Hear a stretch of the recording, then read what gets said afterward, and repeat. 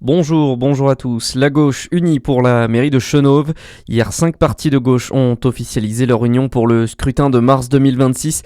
Les socialistes, le PCF, les écologistes, Génération S et Place Publique se rangent derrière le maire sortant Thierry Falconet. Seule la France Insoumise fait bande à part. La liste commune a annoncé un programme dans la continuité de l'action engagée par la mairie actuelle. Parmi les axes principaux, le logement digne et accessible, la justice sociale et l'écologie populaire. Il demande l'arrêt de l'abattage des troupeaux. En Saône-et-Loire, la Confédération paysanne et la coordination rurale appellent à une manifestation devant la préfecture ce vendredi. Rassemblement qui fait suite au dépeuplement de 83 bovins en début de semaine dans le Doubs.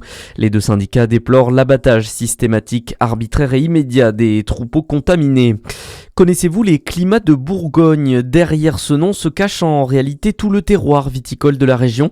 Depuis mercredi, un colloque se tient entre Beaune et Dijon. Il est organisé par l'Association des climats de vignobles de Bourgogne Patrimoine mondial. Le but, ouvrir la réflexion sur les 10 ans de recherche et d'inscription au patrimoine mondial de l'UNESCO dans la catégorie paysage culturel.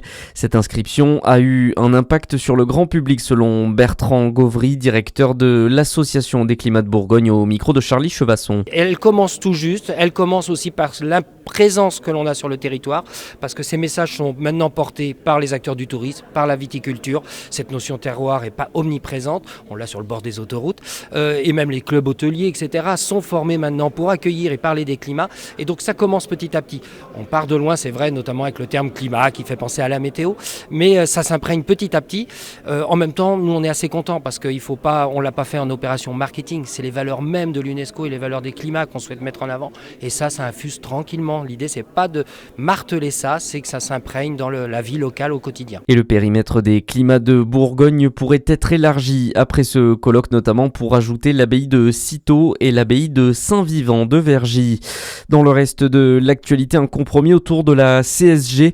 L'Assemblée nationale a adopté hier une version amoindrie de la hausse de la contribution sociale généralisée sur les revendus du capital qui s'applique aux gains issus du patrimoine et de placement. Un amendement qui a été déposé par le gouvernement dans le cadre du projet de budget de la sécurité sociale. Cette taxe pourrait rapporter désormais 1,5 milliard d'euros contre près de 3 milliards initialement prévus. Le parquet de Rennes a annoncé le classement sans suite de l'enquête sur les soupçons de violence policière à Sainte-Soline.